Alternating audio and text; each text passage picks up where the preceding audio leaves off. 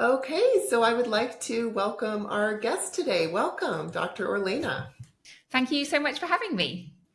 Would you like to tell the audience just a little bit about you? And you're a medical doctor, right? But you're practicing in helping women with weight loss. And so, how did you come to this line of work? I will give you the short version. I'm from the UK and I actually trained as a pediatric doctor. And then in 2011, we moved to Spain. Long story short, I couldn't really do the clinical work that I wanted to in Spain without retraining. And so at that time, I started doing stuff online. And I initially started helping kids to eat healthily because I obviously, with my pediatric hat on, I had children of my own who were quite picky. And I was a bit like, why aren't you eating these lovely vegetables? They would just pick the bits of pasta out, and I'd be like, what? And they would just leave this pile of vegetables.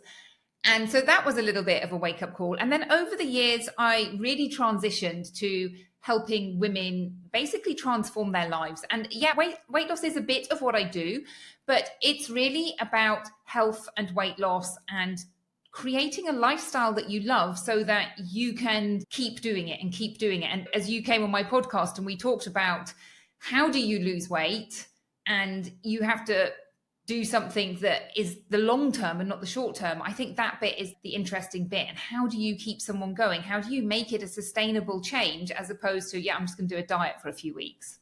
Absolutely, because there's plenty of diets. There's a million diets, right? And they don't work.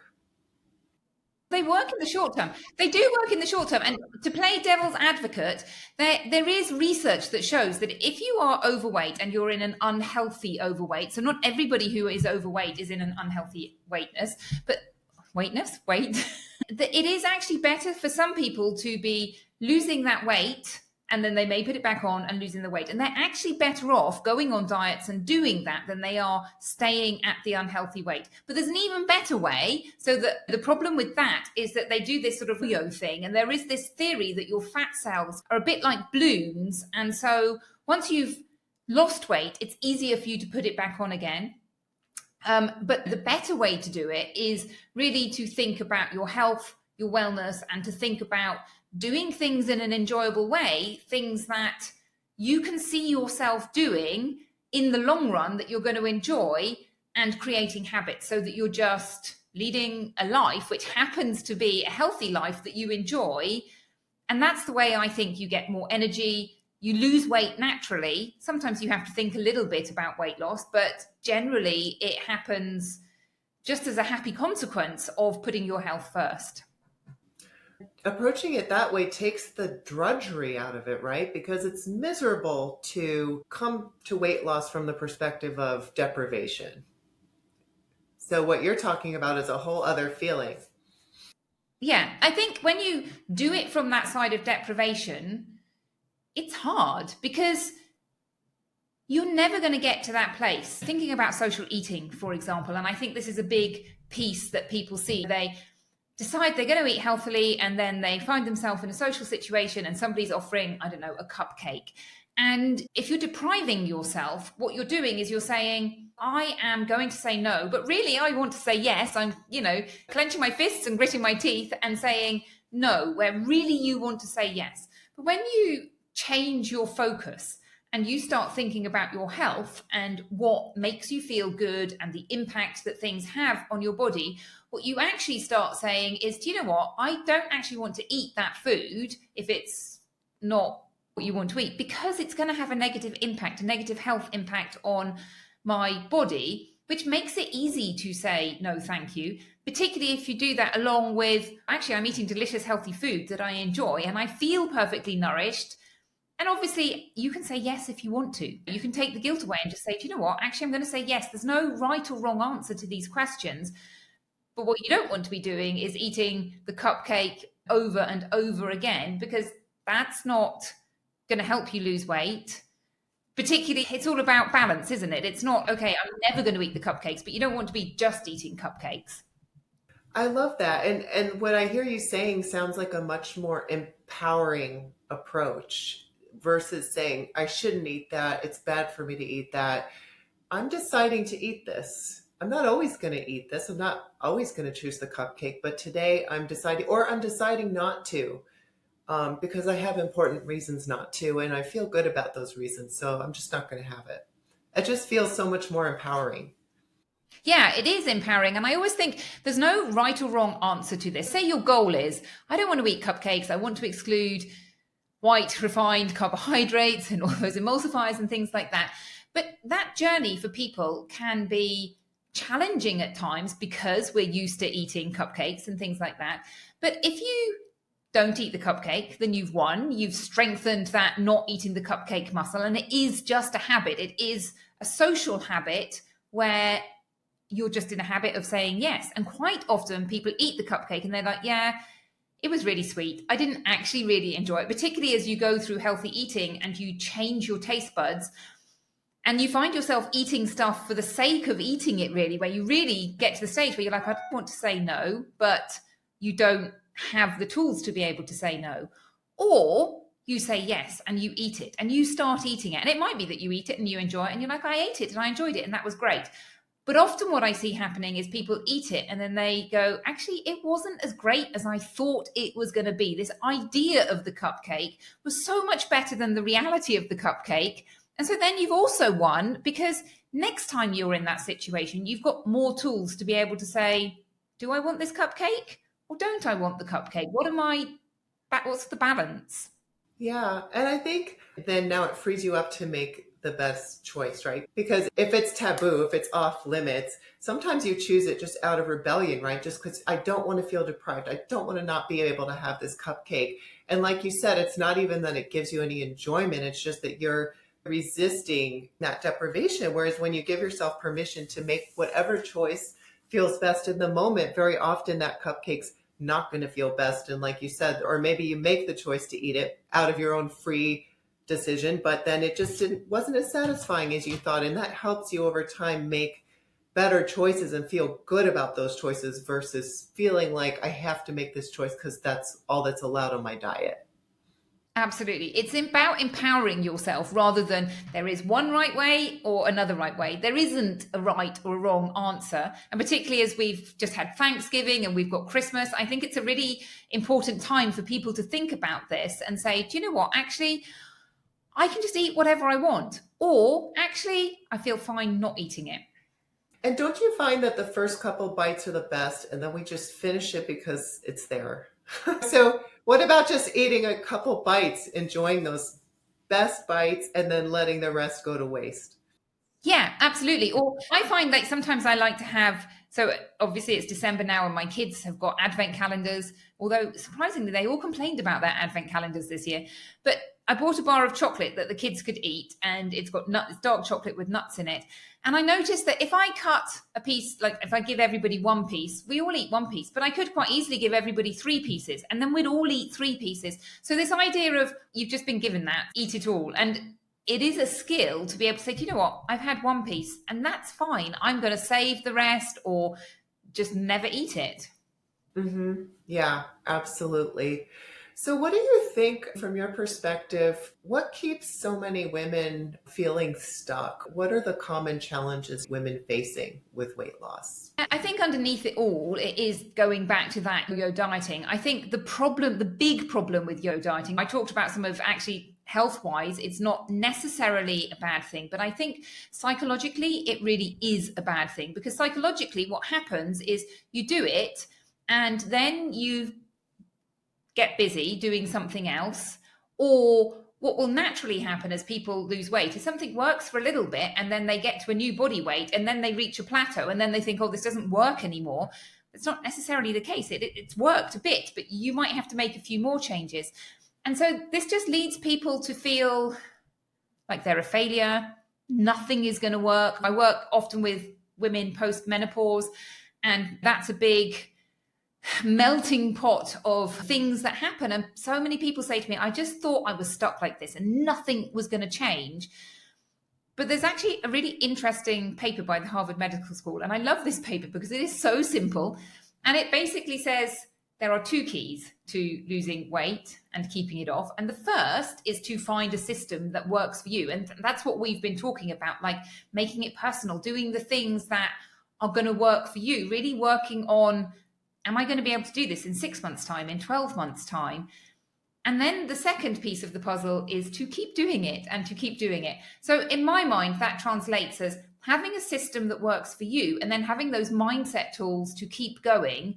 And essentially, it's about creating habits so that you get to this place where you're leading a healthy life just because that's a healthy life. You don't think, oh, I'm leading a healthy life. You're just busy doing your life, which also happens to be supporting your health and wellness goals. Mm-hmm. And I think what we started talking about is such a big part of that, because to get to that place, you have to feel okay with your eating decisions, and they really need to be personal. It's a personal thing, right? It's not going to look the same for any two people as far as what you end up eating. Mm-hmm. Yeah, but I think you're right. We can talk about what is a healthy diet. And I know that you advocate a plant-based diet. And I think we probably advocate very similar diets. It's about plant forwards. This is the healthiest way of eating. But for every individual person, that will look different because they have different likes and different what they want to eat. Some people want to eat meat. Some people want to be vegetarian. Some people want to be vegan. And all of those can still be incorporated within a plant-based diet. And then on top of that, if we're looking at weight loss, weight loss isn't just about, it's a lot about what we eat, and it's really the place to start, but also thinking about movement and exercise. Sleep is another really important factor. And then obviously stress and emotions. And we talked about stress on my podcast about stubborn weight loss, but it's the stress, and it is also that relationship that you have with food as well, and how a lot of people have this habit of stress, eat, and learning how to deal with your stress in different ways. Absolutely. And a lot of my audience is people who have gut health issues or who are interested in gut health, ranging in severity. So what would you say to people who maybe feel like they can't eat a lot of the healthy foods and so they can get really down, feeling like they're stuck because they feel like, okay, the way to eat looks like this over here, and I can't tolerate all those foods. But I think it's like what's healthy for you. So if you can't eat those things right now, the over here that is the shining unicorn, that isn't healthy for your body. So it is individual. And there are some people who don't tolerate certain things for various reasons. And then you have to get specialist help. So I remember talking to somebody who had ulcerative colitis, and she'd had a lot of her bowel removed. And so she basically couldn't eat fruit and vegetables. She's a very special case, and she needs to go and talk to her medical support and ask her, what is healthy for me? So there are times when the standard healthy diet isn't what is healthy for you. And that's when you need to get expert opinions, talk to you or your medical specialist, basically. Yeah, and we were talking earlier on your podcast about, I love what you said about go a little bit of lots of different things. And I said that too from a microbial, like bacterial perspective, but you were saying even just getting variety, and that way you're not going to get into too much trouble in any one area, because very few things are completely black and white, right? Yeah, and I think that I was talking about maximizing the different kind of benefits and reducing the different kind of toxins, but as well we should think about variety in different foods that we eat. A really good catchphrase is to eat a rainbow, and that is actually really good advice, because all of those phytonutrients, which are the bits which are all the beautiful different colors, are different antioxidants which are beneficial for us, and the more different variety we eat of that, the more of those we get. Eat a variety of different colors, eat a variety of different things. And as you say, it doesn't have to be heaps, it can just be a little bit. Mm-hmm. Yeah, absolutely. You touched on emotional eating and stress eating. Would you say that's one of the biggest problems you encounter? It's definitely one of them. And within that, I also include social eating, which we've touched on. But yeah, so many people really say to me, you know what, I eat healthily. And then when you really dig down, because I'll be asking them also, why, if you eat so healthily, why is it that you have a weight problem? Like, what's happened such that you've had a weight problem? And they say, I eat healthily, except all those pretzels or chocolate that I eat after dinner. And they have this stress response. I'm stressed, I feel run down, I'm busy looking after everybody else, life is just busy, and I find myself turning to food for comfort. And it is a big thing. And what's the solution? The solution is to identify it, because a lot of people aren't aware of it. They just find themselves halfway through a packet of cookies. I remember talking to one of my clients and she said, I had this phone call and then I was just eating cookies. And it's what happened on the phone call. And it was a stressful phone call. And before she's really realized what she's done, she's started eating cookies, and not just one cookie, two cookies, but suddenly the whole packet. And if you're not aware of that, then you can't change it. So it's bring it out into the light and stop judging yourself for it. Have a think about what's going on. And often this involves changing your system a little bit. For example, if you're feeling that you work a lot and you don't have time for yourself, then you need to identify those things that make you feel that you are charging your batteries, that give you a little bit of energy, and make sure that you're doing some of those things on a daily basis. And I know everybody says, I'm so busy, I don't have time. But everybody can, not everybody, most people can find little bits of time, even if it's reframing things. For example, I once worked with a lady who would drive home and, oh my goodness, I drive home in traffic and then I walk in the front door and my kids jump on me and there's just no space. Actually, what we did was reframed her driving home to think, do you know what? I'm listening to a podcast. This is a bit of time for me to recharge my batteries. You might prefer music, but it's a bit of time for me to focus on doing some deep breathing and getting some energy back before I prepare myself for the next bit, which is enjoying my time with my children, as opposed to feeling that my children are yet another stress that I have to deal with. Mm-hmm. Yeah, I love that. Yeah. Or instead of spending the time driving home worrying about what just happened at work or about what's coming up that you have to do at home, right? Or being stressed that you're stuck in traffic. I just want this journey to go more quickly. Yeah. Or spend it. Or, oh, isn't this wonderful that I can just sit here and recharge and listen to my podcast? Yeah. Yeah. Oh, I can finish the whole episode because we're slower than usual. And I know for me, this might not be true for everybody, but when I get overwhelmed with my to-do list, if I really break it down to the things I actually have to do, I realize that a lot of the things I feel like I have to do, I put on my own to-do list. And I don't actually have to get them all done today. So I think part of it is some things we do have to get done and sometimes we do need to pay attention to, but the things I'm stressing about, the things I think I have to do, are these realistic expectations for myself? And really looking at that. It's what I call the never-ending laundry list. So I have 4 children and I do laundry every single day because otherwise I would just have mountains of it growing. And my goal is never to not have a pile of laundry, because the minute the laundry is all packed away and it's been put away, what happens? My kids all take off their clothes and create a whole new pile. And so the goal isn't to have all the clothes put away. The goal is to maintain that system such that I don't have heaps and heaps of dirty laundry, or that it's manageable, basically. It's a slight shift, but yeah, there's always things to do. It doesn't matter who you are. If you are, I don't know, you've got a really busy job or you don't have a busy job, there's always a to-do list, particularly if you live in Spain where there's loads of bureaucracy and we just have to do paperwork the whole time. Yeah. Yeah. So it's feeling good about what you did accomplish too, right? Yeah. Because these are things that lead to stress eating. That's why this is relevant, feeling stressed. So I think we focus a lot of times on what we didn't get done or what we have to do or what's not going well. And we don't really acknowledge what did go well, what we did accomplish, and feel good about the laundry you did, not about the one shirt that's now laying on the floor.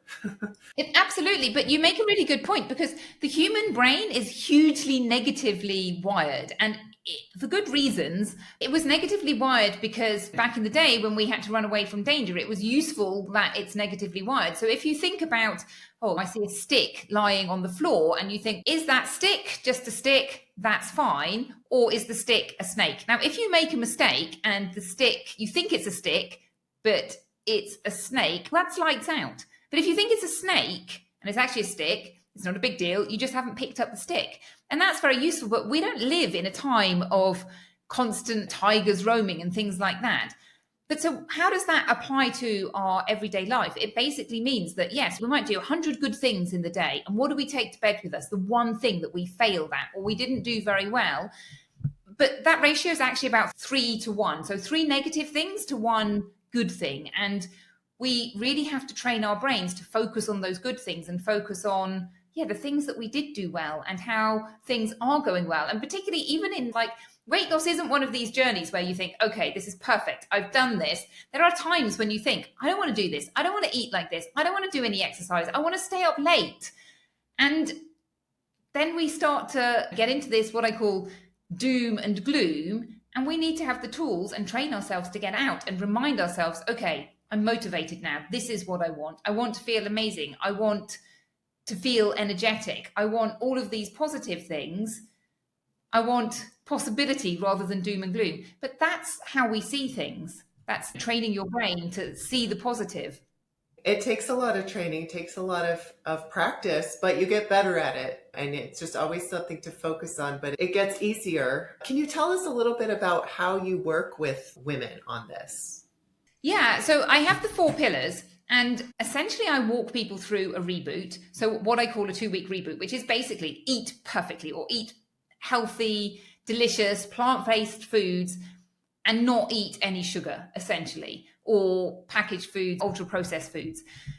And the aim really is to create a system so that these things happen easily for you and you don't feel hungry because you've got healthy snacks and you've looked at your life and you know how to prepare food. Now, obviously, sometimes that works really easily, but sometimes people have issues. I was talking to somebody earlier and her husband does all of the cooking and he doesn't want to cook the healthy food. Sometimes people have things that they need to work through. So they do the 2-week reboot. Interestingly, in 2 weeks, the reason I chose 2 weeks is because you can retrain so much of yourself in 2 weeks. You can retrain your mind, so how you think about things, going from, I'm a bit scared about not eating sugar and eating all these healthy vegetables that Dr. Orlena and Alyssa are talking about. And you go through it and you actually start to enjoy it. You also retrain your taste buds as well. I always talk about this experiment that you can do called the strawberry test. And if you eat a strawberry and it tastes delicious because it's a nice, delicious strawberry, and then you eat some chocolate, which is just sugar, and then you eat another strawberry, what does the second strawberry taste like?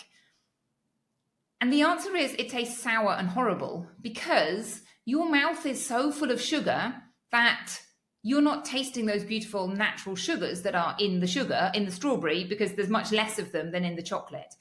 And when people are eating processed packaged foods and things that are high in sugar, that's what they're doing on a daily basis. And your taste buds get used to that. And your taste buds are like, I can't taste anything. It doesn't taste of anything, both with salt and sugar. And they're like, I don't like this food. But by the end of 2 weeks, you're like, this food is delicious. I really like this. I can get my sugar hit from an apple or a pear. I'm like, I want some sugar. Wow, this is amazing. And the other thing that you can really retrain in 2 weeks as well is this dependency on external fuel, basically, that people have this idea, I'm hungry, so I need to eat. And actually, that's not true. Your body has loads of energy stored inside it. Hint, that's like kind of what you need to learn. If you want to lose weight, you have to use that energy up or get it cut off. Those are basically your 2 options. And people think, okay, I'm hungry. Often what people have actually is sugar cravings. So those disappear as well.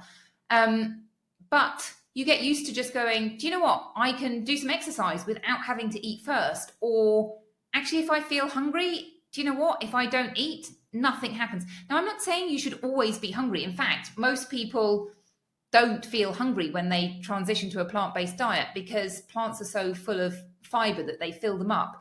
But we don't have to constantly be eating and grazing the whole time, that our bodies can cope.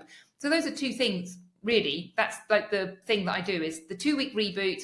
And then on top of that, you're seeing what's coming up. So those emotions when you're turning to food and really managing those things, or when you're feeling a bit like none of this is working. Okay, what's going on in your brain? Why is none of this working? So it's just retraining all of those 4 pillars, basically.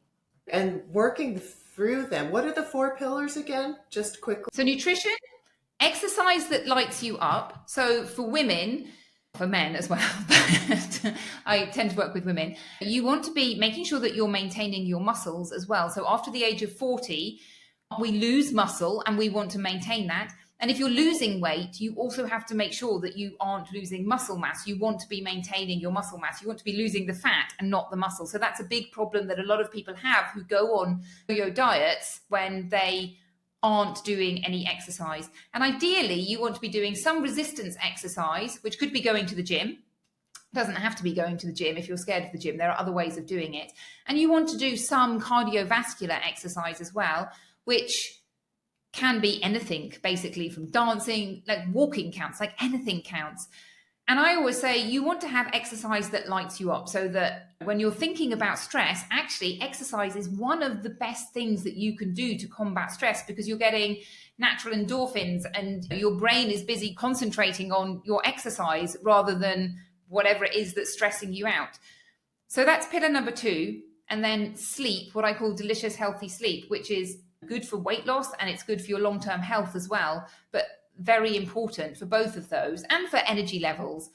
And a lot of people are chronically sleep deprived and they know that they're chronically sleep deprived, and yet they still go to bed late and get up early, and it just doesn't help with anything. It doesn't help with productivity or any of these things. And then the last bit is emotional wellness. So how you think about things, how you deal with your emotions, specifically thinking about stress and turning to food for comfort. That can also have a knock-on effect of other things like your relationships, because those, if you're stressed in your relationship and you're turning to food for comfort, you need to understand how to fix the stress of your relationship. I so love your approach because it really gets to the root of why somebody is overweight in the first place, why you have this extra weight, and addresses that. So I just absolutely love that. The key is in the cause and addressing those underlying issues. Yeah, yeah. Listen, I've loved having you on today. How can somebody learn more about your work?